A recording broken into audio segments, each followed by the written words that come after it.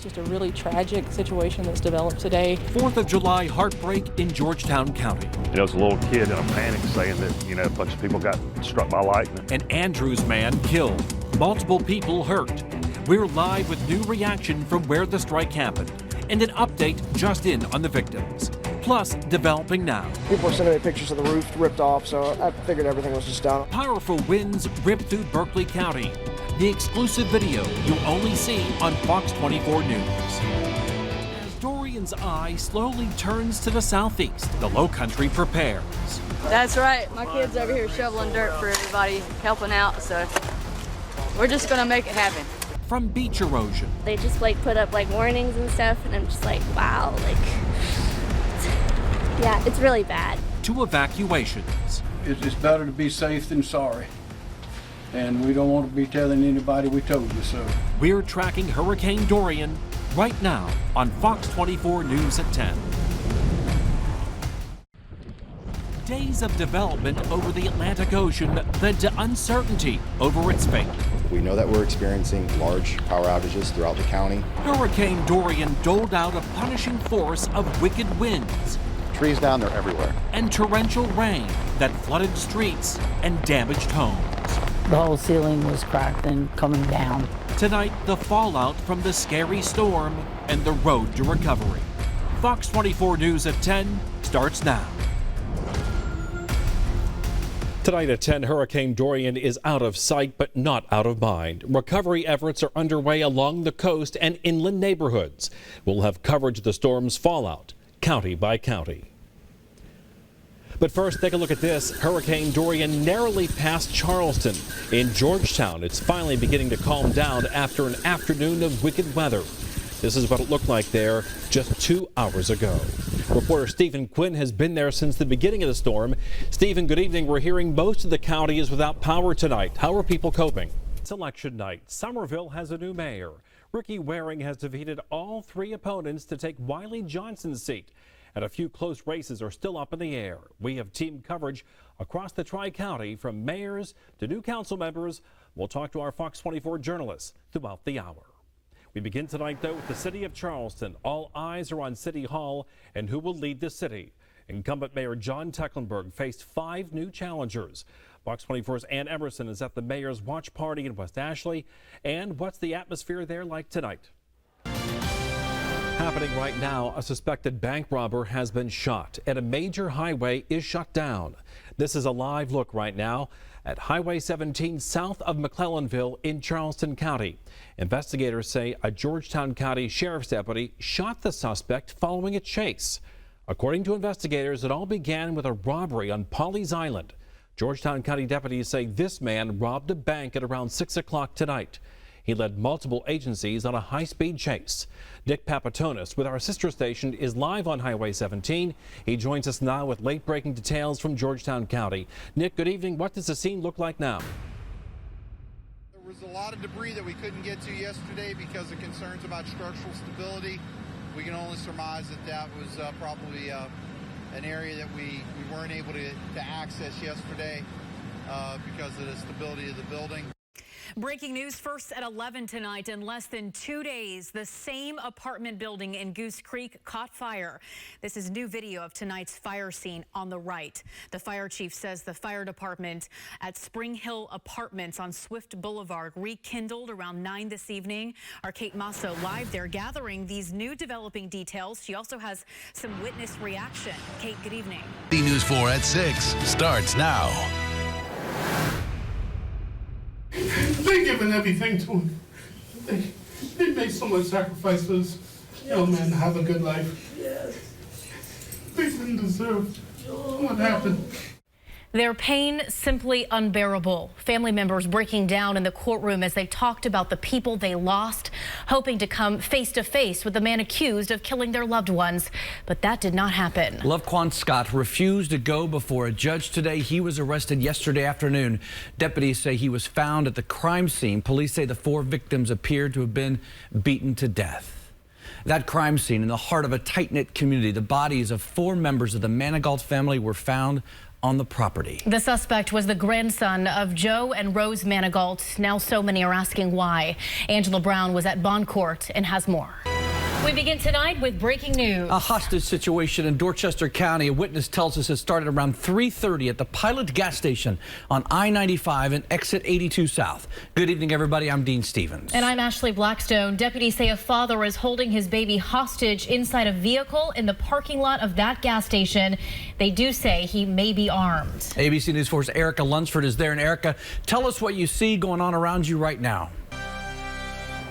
Results are coming in as we speak on this election night. Somerville has a new mayor.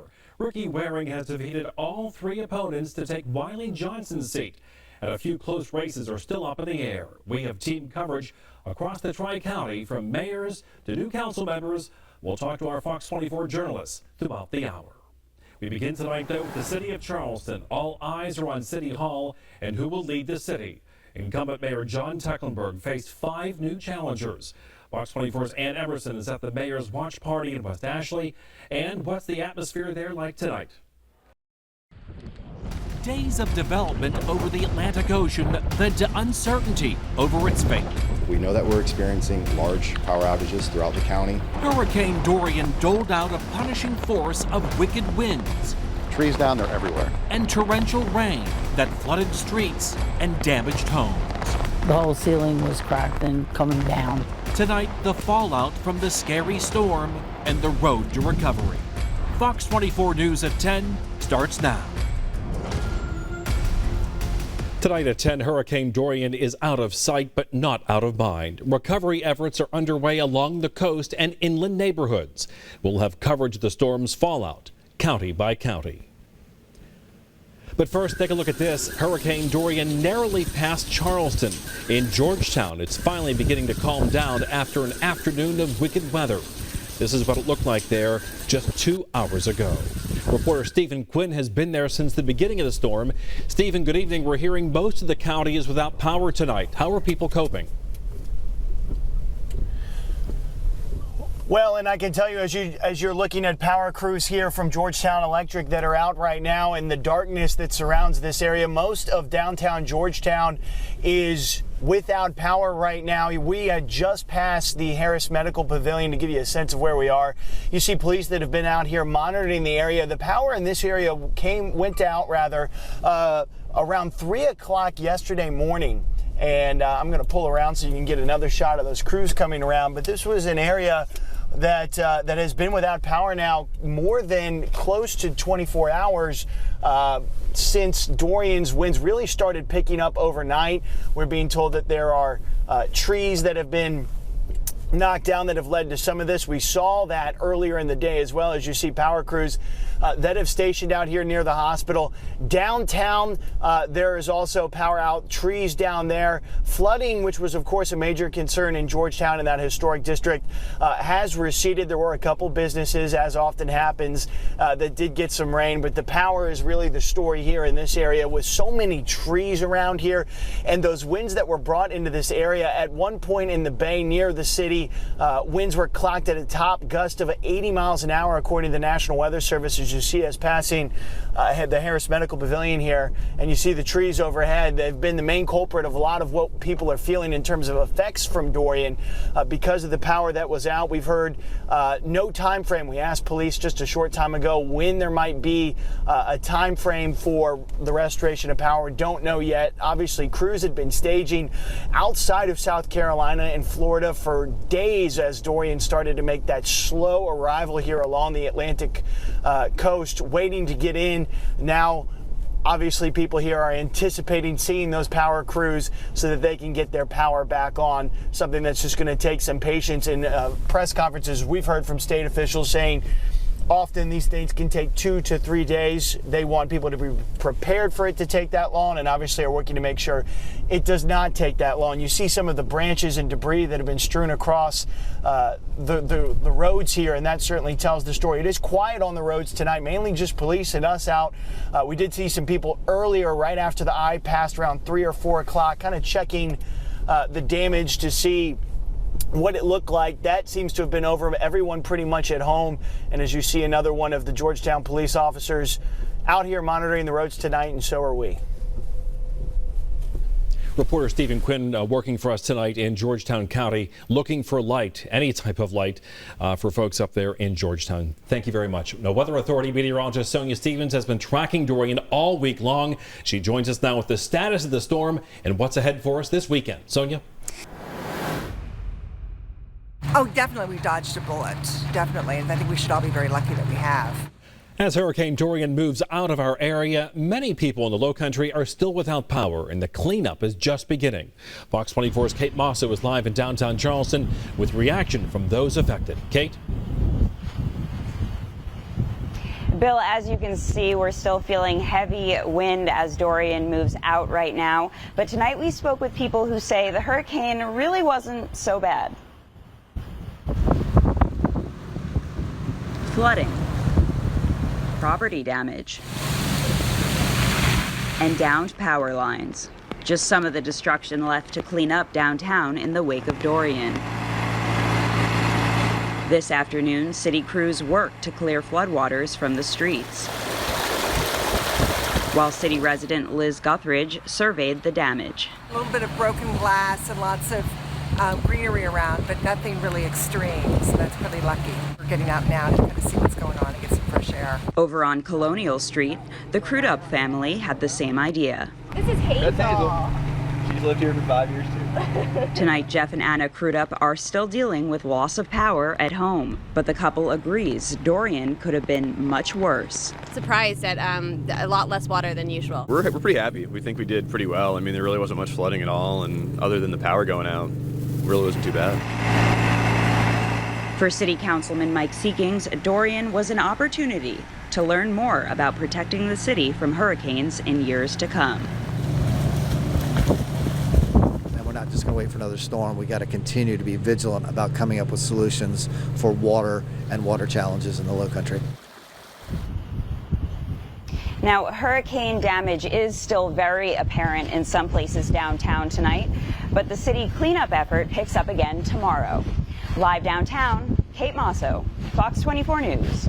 Kate, thank you. Tonight, Mayor John Tecklenburg is asking people to be patient as the city works to clean up hurricane damage over the next several days. It's a busy night for Somerville police. They say fallen trees, limbs, and branches are scattered on many of their streets. Police tell us they were worried about high water levels, but it turned out not to be a problem. We were really concerned about a lot of flooding happening. We've checked a bunch of areas so far. We don't have any flooding as of yet. Trees down, they're everywhere. I mean, there are. There's no specific area where just one area to stay away from. The truth of the matter is people just need to stay off the streets.